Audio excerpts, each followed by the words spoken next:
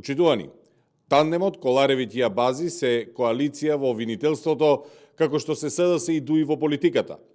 Катерина Коларевиќ, Моминско Маркова, ќерка на Павле Марков, државен правобранител избрана од владата на СДС во 1998 година, и на Вера Маркова, уставен судија во 2004 година, избрана од коалицијата СДС и дуи.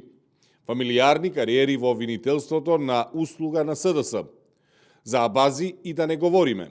Човек кој дојде на местото на Русковска во Ојогог, комшија на Ахметиот Зајас, кој функционира на начин како што Али ке му каже.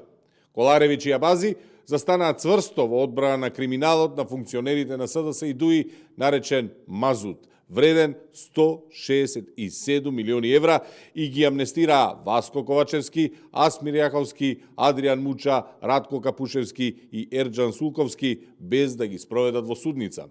Коларевиќ и Абази не ги гледаа доказите на медиумите за труењето со мазут во ТЕЦ Неготино, ниту пак извештаите од ДЗР во кои јасно се вели дека имало голем број на нечистоти во мазутот.